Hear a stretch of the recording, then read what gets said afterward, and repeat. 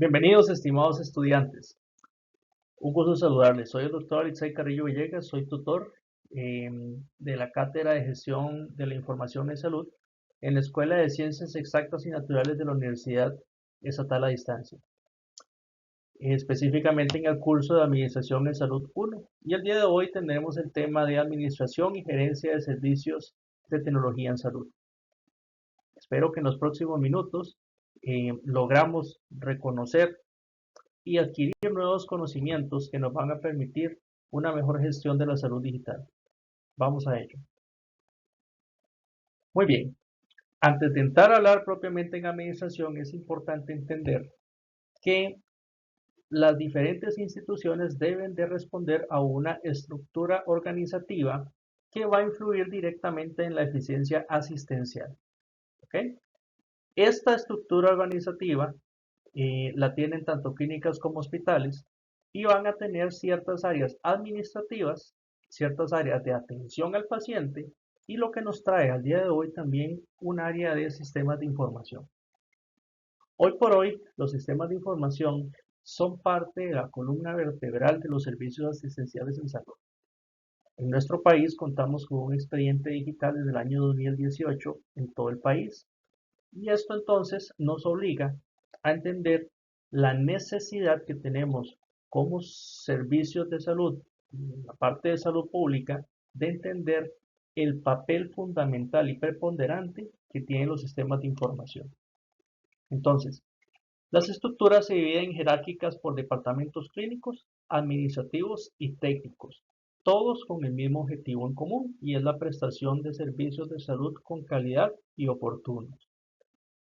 Por ejemplo, la integración de las TIC en atención médica para mejorar los flujos de trabajo. Hasta hace algunos años, acá en Costa Rica, el flujo de trabajo se manejaba completamente de papel. La persona llegaba, obtenía algún tipo de atención en un papel y ese papel iba pasando por diferentes lugares hasta el alta o inclusive el tratamiento de la persona. Hoy por hoy, ese papel desaparece y ahora contamos entonces con un sistema de información robusto que nos permite, primero, consignar la información adecuadamente y además, después de esto, poder tener la posibilidad de que la información se encuentre disponible siempre y en todo momento. Aquí es donde entonces tenemos que entender que las organizaciones necesitan sí o sí esa parte técnica que entienda bien los sistemas de información y que además sepa resguardar todo lo que se necesita. Más adelante vamos a ampliar un poquito más sobre el tema de los datos. Muy bien. Tipos de organizaciones en salud. Bueno, hay empresas de software médico, hay empresas de dispositivos médicos, existen empresas de biotecnología, existen también organizaciones no gubernamentales, ¿ok? Que tienen acceso en diferentes formas a la información sanitaria que podamos tener. Entonces, por ejemplo, empresas que desarrollan software médico, podemos encontrar empresas que desarrollen sistemas de inteligencia artificial, empresas que desarrollen sistemas de expediente digital, algunos desarrollan también algunos packs para imágenes médicas también, ¿ok? Empresas de dispositivos médicos.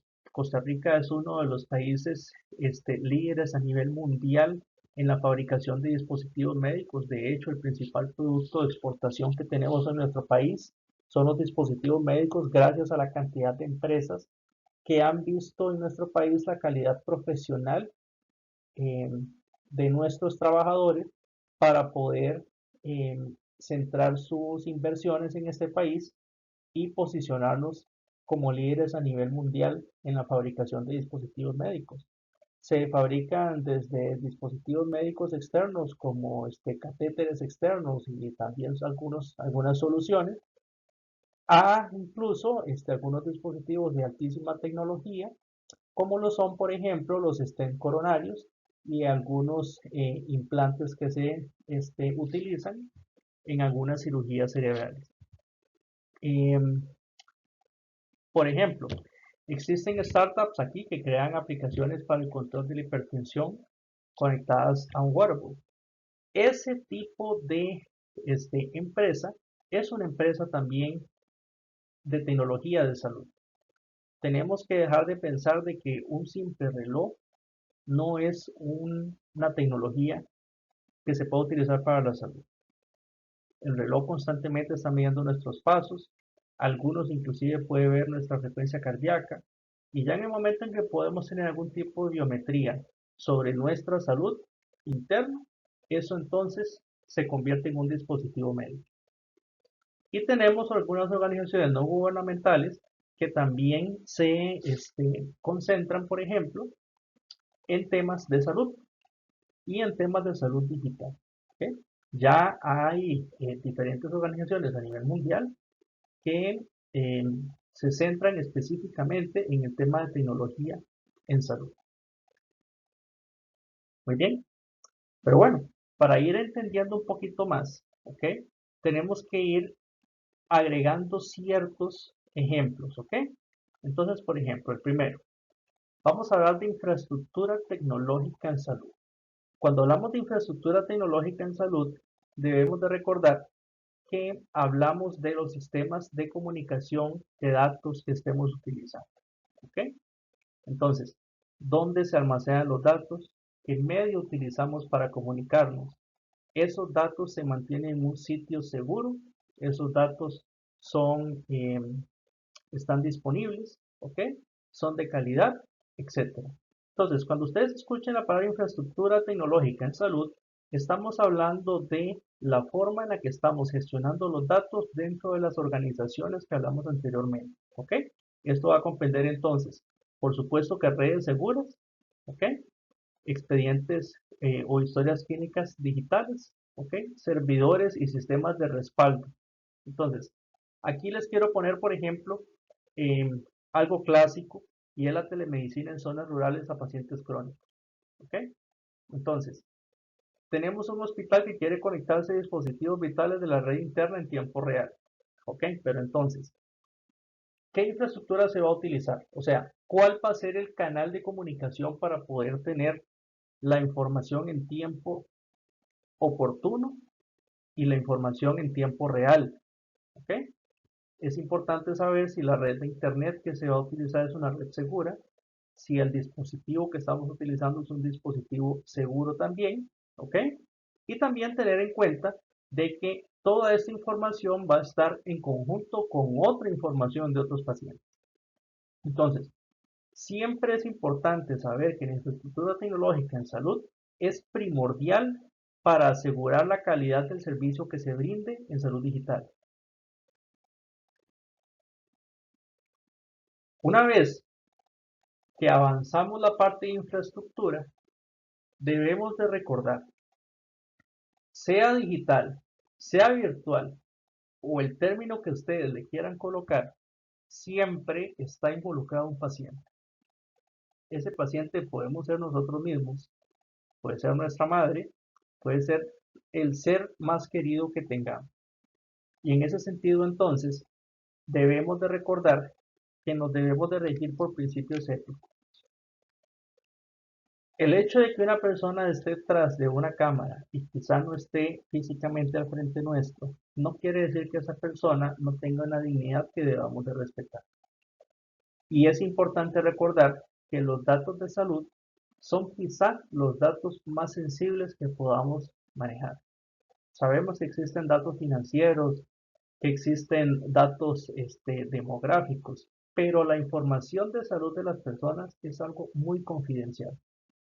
Y esto entonces se debe de manejar con mucho respeto, con mucha seriedad y con mucha madurez. Es importante recordar entonces que a nivel nacional y a nivel internacional tenemos diferentes principios éticos. Y por ahora entonces les voy a hablar de la autonomía, la beneficencia, la justicia, la confidencialidad. ¿Sí? Entonces, ¿qué es esto? Pues el principal es la autonomía. Todo paciente que esté en el uso de sus facultades tiene el derecho de tomar sus decisiones por sí solo y decidir si quiere o no quiere que se realice algún tratamiento y en este caso que se haga algún tipo de tratamiento de datos. Segundo, Todo prestador de servicio debe de siempre obrar para bien. No se debe nunca de pensar en hacer nada malo. Ese es el principio de beneficencia. Todo lo que nosotros hagamos como prestadores de servicios de salud siempre debe ser buscando el bien.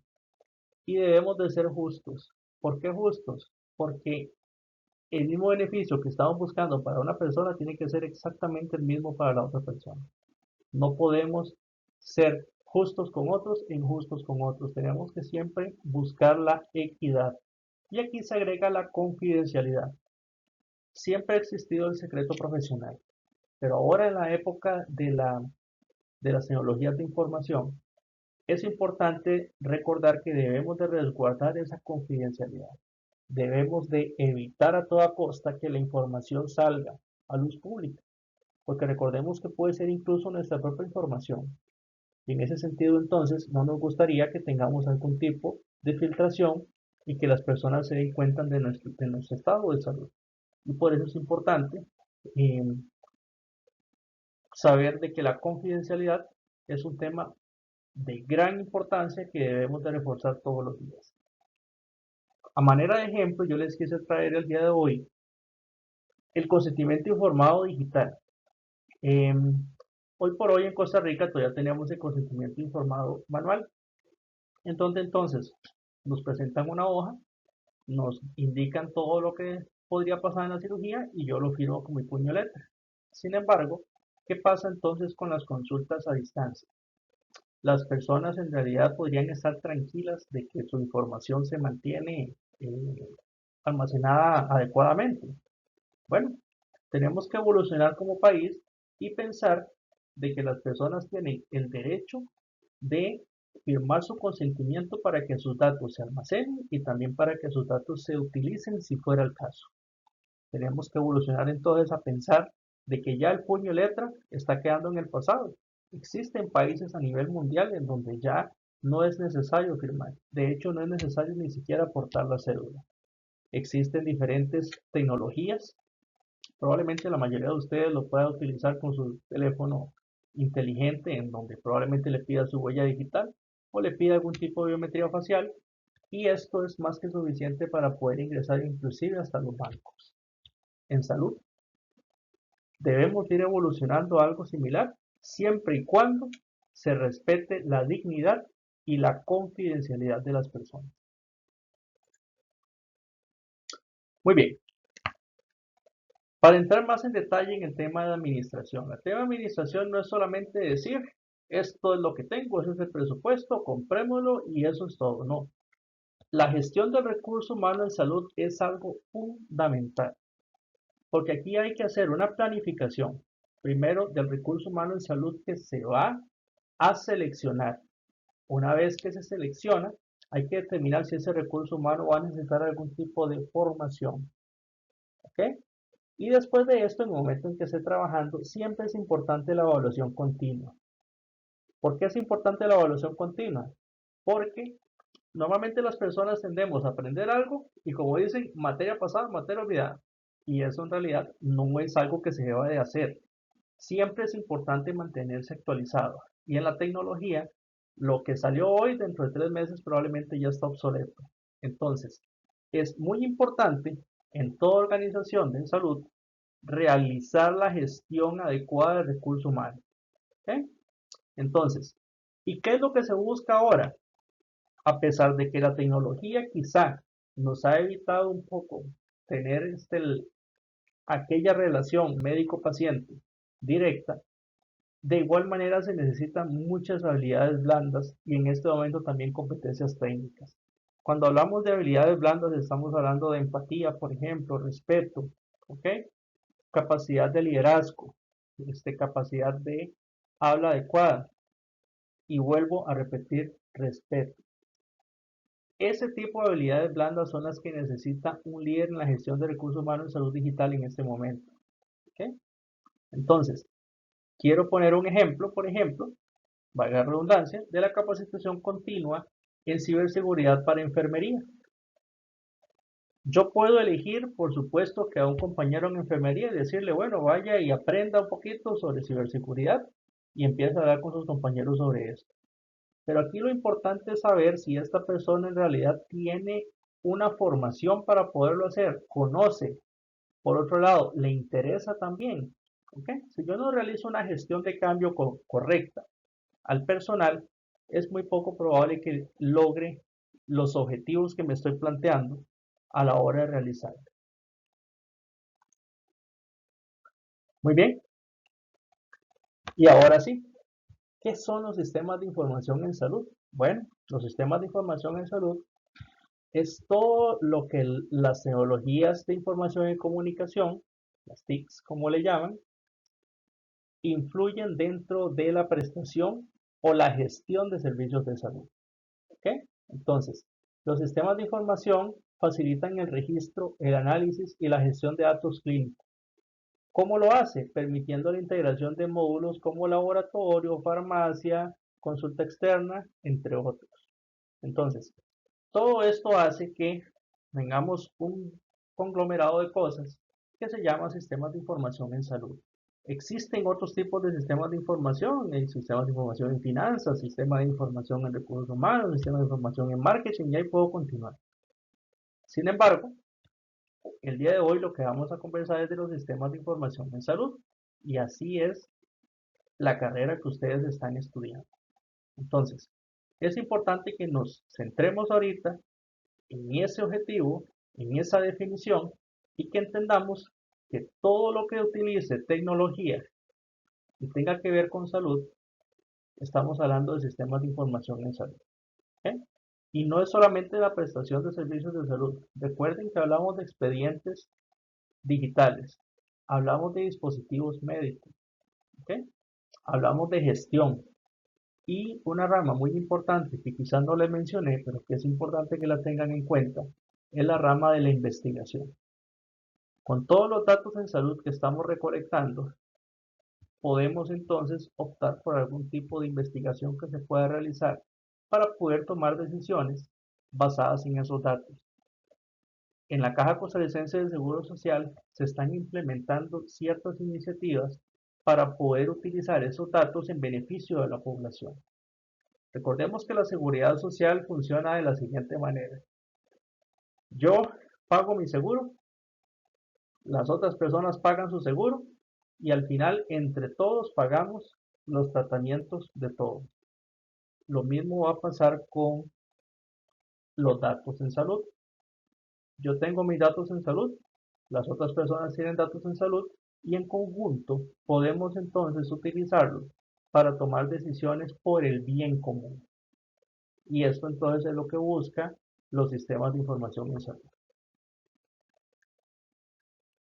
Muy bien. Acabo de introducir el tema de la información disponible para poder tomar decisiones eh, de los datos de uno para todos. ¿Okay? Esto no sería posible si no logramos algo que se llama interoperabilidad. ¿Pero qué es la interoperabilidad? Bueno, la interoperabilidad no es más que la comunicación que se puede dar entre dos sistemas de información diferentes y que busquen quizá el mismo objetivo. ¿Okay? Por ejemplo, podemos tener un laboratorio que se carga directamente al expediente digital, ¿ok? Y ese expediente digital puede entonces mostrarnos los datos que el laboratorio, que utiliza otro software, está suministrando. Todo esto lo vimos mucho durante la pandemia del COVID, en donde las personas se realizaban estudios a nivel privado y esos estudios a nivel privado entonces permitían ya que las cajas los vieran para poder realizar entonces lo que se necesitaba. Entonces, una vez que ya entendemos qué es interoperabilidad, necesitamos saber qué son estándares. Cuando hablamos de estándares, estamos hablando de que tenemos que hablar el mismo idioma con un acento similar. ¿Qué significa esto? Yo no puedo pretender tener un laboratorio, por ejemplo, que esté escrito en chino y luego poderlo ver escrito en japonés. Aunque se parezcan, probablemente son, bueno, probablemente no, aunque se parezcan, son diferentes. ¿Ok? Entonces, ¿qué es lo que tenemos que hacer? Tener un estándar. Y para esto entonces tenemos estándares que se pueden utilizar dentro de la infraestructura o dentro también de la codificación que nos va a permitir una forma de comunicación más expedita y además de mejor calidad. ¿Qué ejemplo les puedo poner? Bueno, HL7 es una infraestructura de código abierto, que es un estándar, perdón, de código abierto, que se recomienda para poder realizar la interoperabilidad de datos adecuadamente en los sistemas de salud.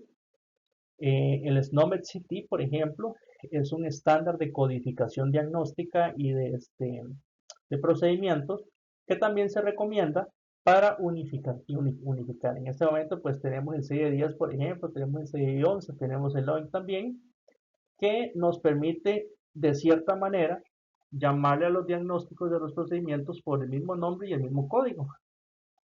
Entonces, ¿qué es lo que deberíamos de evolucionar? Pues tener la posibilidad de que se llame exactamente igual en este país y en este otro país. Y de esta manera entonces poder tener armonía en lo que las personas padecen. ¿Qué es lo que pasa? Muchas veces se atiende a un paciente en un lugar, se le coloca un diagnóstico dependiendo de la codificación que esté utilizando en ese país o en ese lugar o ese profesional, y cuando llega a otro centro le colocan una codificación diferente y quizá lo que quieran decir los profesionales sea la misma cosa. Pues, por ejemplo, podrían decir, bueno, este señor tiene, no sé, un cáncer gástrico, pero resulta que llega a ese otro lado y dicen, sí, tiene un cáncer gástrico, pero es un cáncer gástrico invasor. Al final es un cáncer gástrico, probablemente es invasor también en los dos casos, sin embargo, los sistemas lo podrían reconocer como algo diferente. Y ahí es entonces donde podríamos empezar a tener algunos sesgos de la información. Como les he venido hablando, la dignidad y la confidencialidad son pilares fundamentales éticos que debemos de tener en el momento en que empezamos a trabajar con sistemas de salud. Entonces, me voy a detener un poquito en esta parte para profundizar en lo que les estoy diciendo. El hecho de que las personas me den el consentimiento para poder utilizar sus datos y poderlos almacenar, no quiere decir que yo deba dejar esto a la ligera. ¿Ok? Entonces, siempre es importante saber de que los datos en salud son los que más encriptados deben de estar. Además, deben de estar siempre respaldados y deben tener políticas internas de control de acceso y la formación para la protección de datos. ¿Por qué eso es importante? Bueno, a nivel mundial hemos visto diferentes ciberataques. De hecho, en Costa Rica tuvimos un ciberataque bastante grande en el 2022, en donde el EDUS se vio vulnerado por un ransomware, que fue un sistema que ingresó inclusive desde una computadora dentro de la institución. Y ese ransomware pues logró capturar cierta información. Pues por suerte, la información que se vio vulnerada pues no salió a la luz pública, tampoco tuvimos algún tipo de filtración. Sin embargo, sí se tuvo la posibilidad de que hubiese pasado. Entonces, es muy importante saber que los ciberataques se encuentran siempre a la vuelta del esquina. Siempre va a existir la posibilidad de que tengamos un ciberataque. Y es por esto entonces que es importante que toda esa información esté cifrada, tengamos los firewalls bien activos y que tengamos un respaldo de datos. ¿Por qué es importante el respaldo de datos siempre? Y la redundancia. Porque los datos tienen que estar disponibles. Y si hay algún tipo de secuestro de datos y yo no tengo un respaldo, pues tendré dos caminos que seguir. O pagar el rescate, que es lo que normalmente hacen los cibercriminales, solicitar algún tipo de pago para poder devolver los datos robados, o en su defecto, perder los datos y empezar de cero. Entonces, nunca dejemos de lado que el respaldo de la información en salud es absolutamente necesario para poder garantizar el bienestar de nuestras personas. Y también muy importante saber los roles de acceso. ¿Ok? Últimamente se han dado también algunos casos de que las personas ingresan sin autorización a expedientes digitales para conocer el estado de salud de las personas. Y es importante saber que no todos pueden tener ese acceso. En la caja se están haciendo muchos esfuerzos para evitar que esto pase, pero en la parte privada seguimos teniendo por ahí alguna limitación. Muy bien, como es importante prevenir, perdón, compartir, realizar, planificar, implementar, así de importante también es darle el seguimiento, porque el seguimiento nos permite prevenir ciertas cosas. ¿Qué es el trabalenguas que les acabo de decir? No se preocupen, les voy a explicar. ¿Okay? Cuando yo evalúo algo es para poder encontrar algún tipo de información o dato que me permita mejorar la gestión. ¿Ok? Entonces, por ejemplo, ¿qué es un KPI? Un KPI, ¿ok? Es un indicador del desempeño. ¿Ok? Es un indicador clave. Y los indicadores claves a mí me permiten entonces conocer si lo que yo estoy realizando está encontrando el objetivo que busco. ¿Ok? Por ejemplo, hay un modelo que es el ISO 9001, que es un modelo de calidad, ¿ok? Que esto entonces nos permite a nosotros saber si la función que estamos realizando, ¿ok? O el flujo de trabajo que estamos haciendo es el óptimo para poder entregar calidad en el servicio que estamos brindando. ¿Ok? Entonces, casi siempre la gente ve las auditorías como algo malo. Ay, es que llegó la auditoría y ahora sí es cierto, no sé qué hacer. No, la auditoría en realidad lo que hace es evitar que exista algún tipo de situación que pueda rozar con la ilegalidad o con las malas prácticas. En ese sentido, entonces, es importante saber que dentro de las organizaciones de salud siempre vamos a estar siendo vistos. Y eso no es nada malo. Eso lo que nos va a hacer es siempre guiarnos hacia las buenas prácticas y siempre entender que estamos velando y buscando lo mejor para nuestros usuarios. Entonces, un ejemplo que podemos tener es la evaluación de tiempos de consulta de espera y satisfacción post consulta. Y esto es muy importante. Estoy seguro que a más de alguno le ha pasado. Van a consultar, esperan mucho porque quizá esté atrasado el médico, llegó tarde, pueden pasar muchísimas cosas, el médico llegó, te atendió 5 minutos, no te dijo ni hola y te mandó para la casa. Entonces, ¿valió la pena la espera por la atención que recibí? Probablemente no, ¿verdad? Y no estoy diciendo que eso sea lo que pase solamente en Costa Rica, eso pasa en todo el mundo. ¿Ok?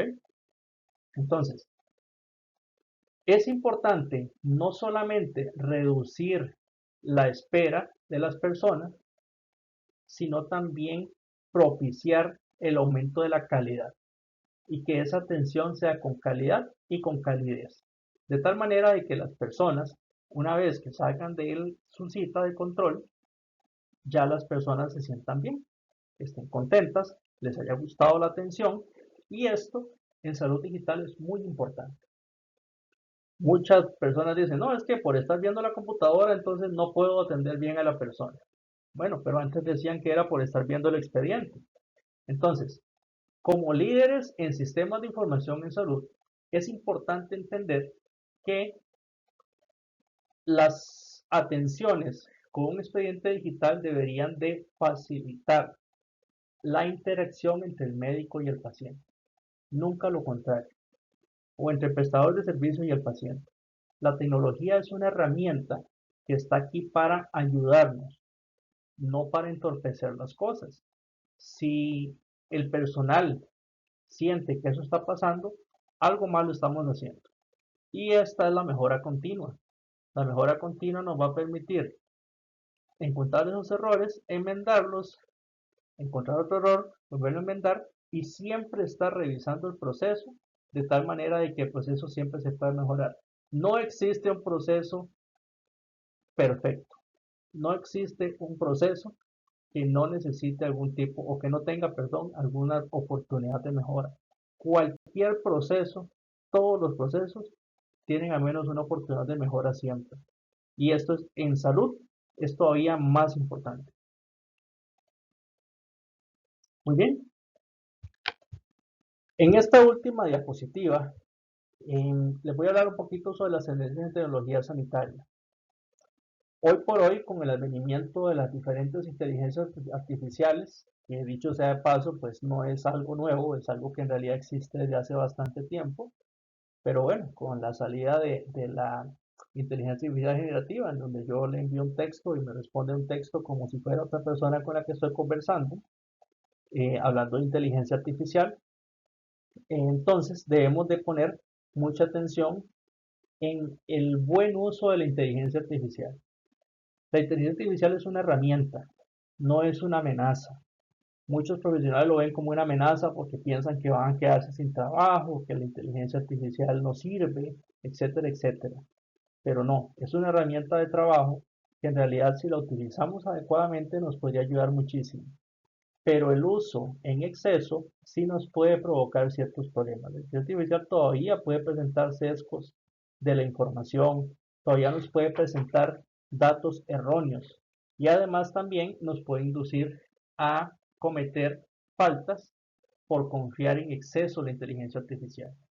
Es importante saber que esas herramientas van a ir evolucionando y van a ir evolucionando de la mano de los seres humanos.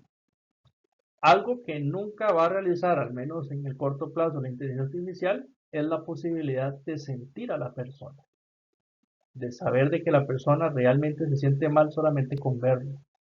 Eso por ahora no es posible, no sé, en unos años, pero en este momento no es posible. Entonces, el ser humano en realidad no va a ser suplantado por la inteligencia artificial. ¿Ok? Lo que sí va a ser suplantado con la inteligencia artificial es la capacidad de poder innovar. Y esto es lo que nosotros tenemos que entender como seres humanos e ir avanzando. El blockchain, por supuesto que es algo que debemos de conocer.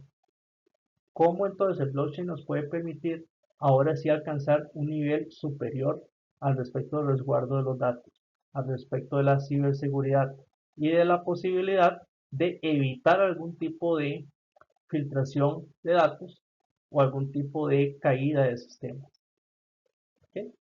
La realidad aumentada nos va a permitir también, nos permite ya en diferentes centros, poder realizar cirugías inclusive antes de que el paciente esté físicamente por ahí. Podemos realizarlo en diferentes cortes, diferentes técnicas, antes de realizarlo con el paciente para determinar cuál es su mejor opción. ¿Okay? La analítica predictiva literalmente nos permite predecir el futuro.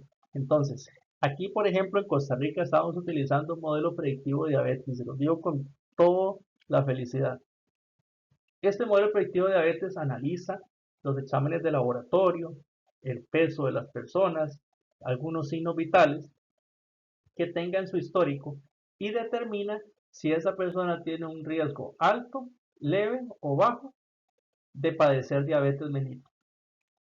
Al detectar que una persona tiene un riesgo alto, automáticamente se genera una alerta para que entonces el médico le envíe estudios adicionales o contacte a esa persona si fuera el caso de que no es en tiempo real, para entonces enviarle estudios, conversar con la persona, enviarle nutrición, etcétera, etcétera, etcétera. Y esto entonces nos permite evitar que esa persona que potencialmente podría tener diabetes en algún momento se diagnostique.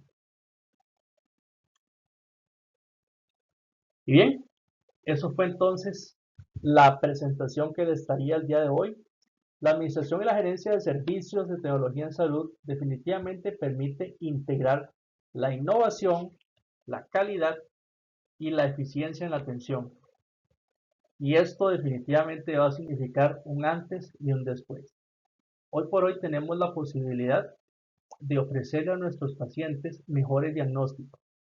Tenemos la posibilidad de ofrecerles mejores tratamientos y por supuesto tenemos la posibilidad de ofrecerles mucha mejor atención. Gracias a ustedes, estimados alumnos, y estamos siempre atentos a responder sus dudas y comentarios. Hasta pronto.